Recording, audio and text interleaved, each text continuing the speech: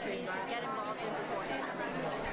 My venture is Own Your Burden, Learning Disabilities by Teens. We're a group of high school students with learning disabilities and learning differences that go around to 4th and 5th grade classes and discuss how to make an open environment for kids with learning disabilities and learning differences to come forward and feel confident and stop being ashamed of any problems they might face in school. This is my venture, hooping against teen violence, and I feel as though, like in my community, I live in a Brooklyn Ward 5 community, and in my community, it's like a whole rack of teens outside, and we had one of the top 5 biggest wrecks. And what brings to my mind, like, why is the teens always outside? So I reached out to some of the teens in my community and seen, like, why they always outside, and basically they say it's nothing for them to do. So I reached out to my rec manager to see, like, how the schedule is for everyone, and basically it's only 2 days out the week for teens to actually go to the rec and do something. And I thought that was kind of crazy.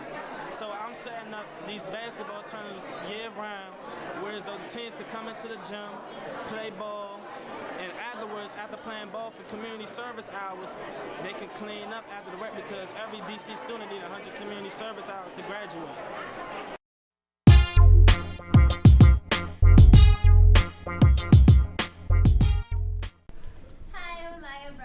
I'm Robin Pollock. And I'm Caitlin Christian.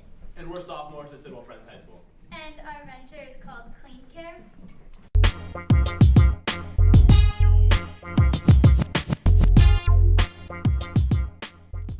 On average, about how many products would you say you guys used, personal care products, in one day? How about you?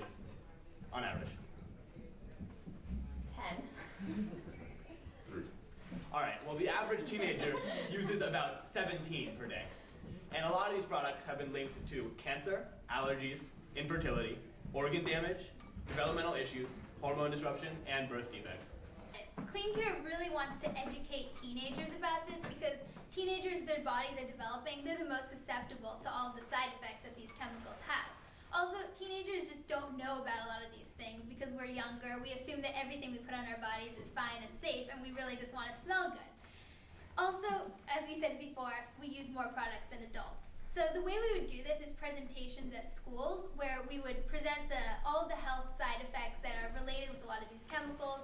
We'd offer some alternative products that teenagers can use that are safer, and we'd also talk to them about the various petitions and legislation that's in Congress right now that's trying to change the laws and make products that have better safety standards.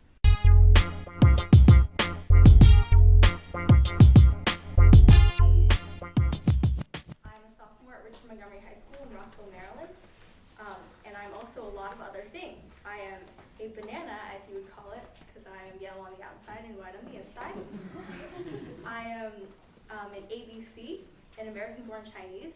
I'm also a 7th-generation immigrant.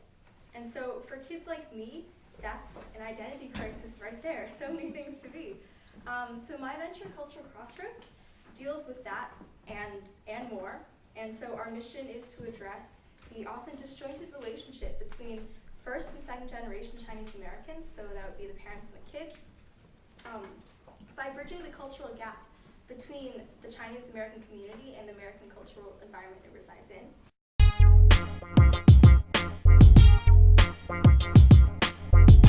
Did you know that in DC that there are 2,000 children in the Child and Family Service Agency, and that teenagers make up 59% of that population?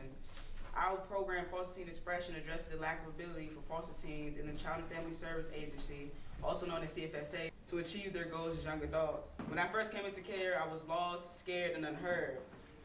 Expressing myself helped me get to the depth of who I am as a person, built my self-confidence, and made me consciously aware of what goes on around me. When I felt defeated, art gave me the will to take back control of my life and advocate for youth right in CFSA.